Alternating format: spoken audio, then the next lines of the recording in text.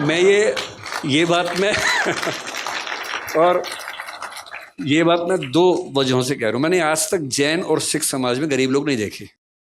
Sir, ये जो बात है कि हम अपने बच्चों की जो भी वो करना चाहते हैं, बट आज जो माँ बाप होते हैं वो संघर्षों से निकल के आए होते हैं, और जैन कम्युनिटी में स्पेशली जो फर्स्ट जनरेशन एंटरप्रेन्योर्स हैं जिन्होंने आज अपना बिजनेस बनाया, वो उन्होंने इतना एक्सपीरियंस गेन किया है। मेरे हिसाब से बस वो अपने बच्चे को शायद गरीब नहीं देखना चाहते, वो एक चाहते हैं कि वो एक सक्सेसफुल बन जाए, उसका नाम हो जाए समाज में, इसलिए उसको एक तरफ पुश भी करते हैं। तो क्या वो उसको हिंसा ना करते हुए उस तरफ कैसे पुश किया जाए? देखिए, जैन समाज में ये चिंता कि बच्चे गरीब ना हो जाएं, ये तो लाजमी चिंता है नहीं। जितना मैं समझता हूँ आपके समाज को, क्योंकि पूरे देश में कुल मिला के 44 से 46 लाख आबादी है। 44 लाख 2011 में थी, मैं अनुमान कर रहा हूँ कि 24 में वो 47 लाख के आसपास मैक्सिमम होगी, क्योंकि जैन समाज की ग्रोथ रेट भी सबसे कम है, 5% के आसपास डेकेडल ग्रोथ रेट है। तो 15 साल में 7% मान लीजिए, इस समय 3 लाख और बढ़ गए होंगे, 47 लाख के आसपास होंगे लगभग।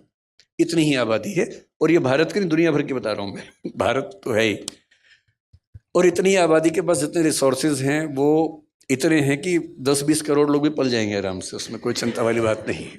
तो आप अगर ये कह रहे हैं कि हम चाहते हैं कि हमारे बच्चे गरीब ना हो, तो आप ऐसा तनाव मत लीजिए। मैं ये बात मैं और ये बात मैं दो वजहों से कह रहा हूँ। मैंने आज तक जैन और सिख समाज में गरीब लोग नहीं देखे। मतलब ये देखा है कि कुछ लोग मध्य वर्ग में हैं, निम्न मध्य वर्ग में हैं, लेकिन कोई भीख मांगता हुआ जैन दिखेगा या सिख दिखेगा, ऐसा दुनिया में नहीं दिखता है। और ये बड़ी बात है। यहूदियों के साथ भी ऐसी बात है, नहीं दिखते हैं, तो ये बात है उनके बारे में। दूसरी बात और भी अच्छी है, बाकी समाजों में ये हो सकता है कि बाप ने खूब पैसा कमाया, माँ ने खूब पैसा कमाया, और बाद में बच्चों ने उनको घर से बाहर निकाल दिया। आपके समाज में ये भी नहीं हो सकता, क्योंकि जैन समाज में उद्यम का मामला है, और उद्यमियों को अच्छे से पता होता है कि पैसे की सेफ्टी कैसे करनी है। तो वो इतनी इन्वेस्टमेंट्स और सेविंग्स और वो सब करके रखते हैं कि बच्चा कितना भी नालायक हो, सड़क पे आना ही पड़े तो वो आएगा, हम तो नहीं आएंगे। अगर कभी हमारे परिवारों में ऐसा हो सकता है कि भाई माँ बाप ने नौकरी की, हम तो नौकरी वाले परिवारों से हैं, हमारे पूरे खानदान में मैं लगभग अकेला हूं जो उद्यमी है, बाकी सब नौकरी करने वाले लोग हैं। मैंने भी शुरू में नौकरी की थी।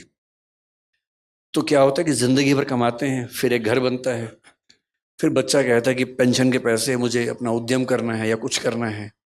पेरेंट्स इमोशनल हो जाते हैं कि बच्चा ही तो है, उसको पैसे दे देते हैं।